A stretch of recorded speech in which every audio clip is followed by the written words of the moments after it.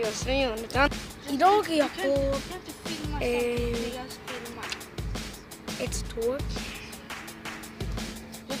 Vi går i Stockholm. Vi var på resa hos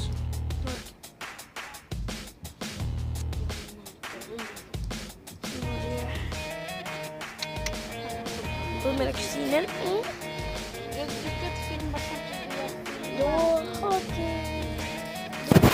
Då gick vi med familjen. Jag vill säga hej. Hej. Där är mina nålar. Mamma. Det var mamma. Nej, och mina familj.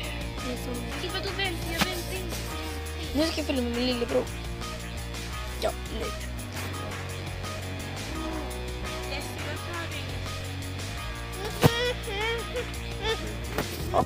Lillebror. Leslie. Vad är det? Nu är vi på taket. Det är ganska mörkt. Du kanske undrar vem Leslie är. Där är min syster som håller på med sin kanal. Hej. Följ min kanal. Sök bara på ETHRAMNE. Så kommer ni se en ny video som jag håller på att filma nu här. När min lillebror förstör. Fast hon heter Eframin och hennes YouTube-kanal är Eframin Monebatu.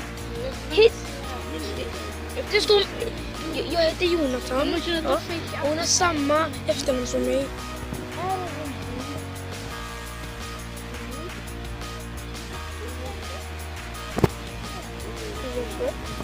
Au!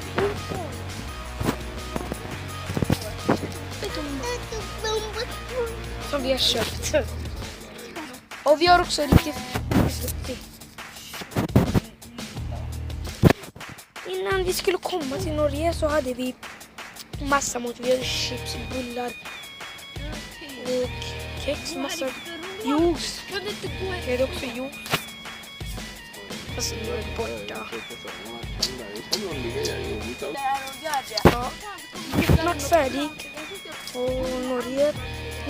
Sverige. Och som jag sa är det fortfarande mörkt. Nu ska jag visa hur mörkt det är. Du vet varför du ska göra det. Det är ganska mörkt ute.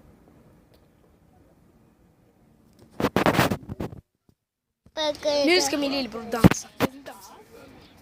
Dansa! Dansa.